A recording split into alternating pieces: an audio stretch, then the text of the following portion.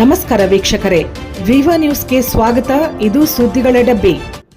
ಶಿವರಾಜ್ ಕುಮಾರ್ ಅಭಿನಯದ ಡ್ಯಾಡ್ ಚಿತ್ರದ ಮುಹೂರ್ತ ಸಮಾರಂಭ ಸೋಮವಾರ ಮೈಸೂರಿನ ಚಾಮುಂಡಿ ಬೆಟ್ಟದಲ್ಲಿರುವ ನಂದಿ ದೇವಸ್ಥಾನದಲ್ಲಿ ನೆರವೇರಿತು. ಗೀತಾ ಶಿವರಾಜ್ ಕುಮಾರ್ ಚಿತ್ರದ ಮೊದಲ ದೃಶ್ಯಕ್ಕೆ ಕ್ಲಾಪ್ ಮಾಡುವ ಮೂಲಕ ಶುಭ ಕೋರಿದರು.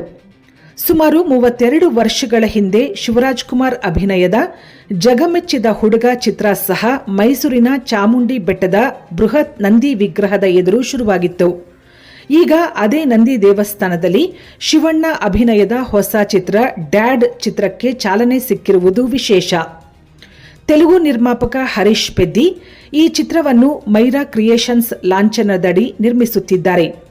ತೆಲುಗಿನಲ್ಲಿ ಅಸಾಧ್ಯಡು, ಮಿಸ್ಟರ್ ನೂಕಯ್ಯ ಮತ್ತು ಹಿಡಿಂಬ ಚಿತ್ರಗಳನ್ನು ನಿರ್ದೇಶಿಸಿರುವ ಅನಿಲ್ ಕನ್ನೆಗಂಟಿ ಈ ಚಿತ್ರಕ್ಕೆ ಚಿತ್ರಕಥೆ ಬರೆದು ನಿರ್ದೇಶನ ಮಾಡುತ್ತಿದ್ದಾರೆ.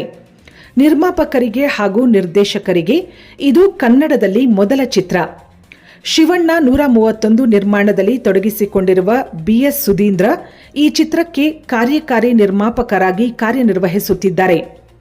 ಡ್ಯಾಡಿ ಚಿತ್ರದಲ್ಲಿ ಶಿವರಾಜ್ ಕುಮಾರ್ ಜೊತೆಗೆ ಶರ್ಮಿಳಾ ಮಾಂಡ್ರೆ, ಬೇಬಿ ನಕ್ಷತ್ರ, ಬಾಬು, ಮಲಯಾಳಂ ನಟ ಸೂರಜ್ ವೆಂಜರಮೂಡು ಮುಂತಾದವರು ನಟಿಸುತ್ತಿದ್ದಾರೆ.